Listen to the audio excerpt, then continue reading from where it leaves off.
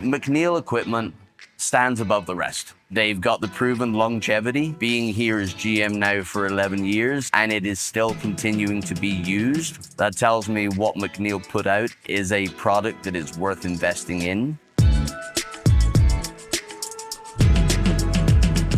We have MacNeil on all our tunnels on purpose. Our service techs are comfortable with that equipment.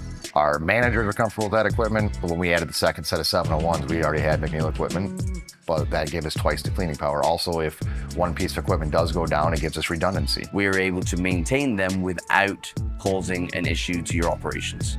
We added in a MacNeil flash dry.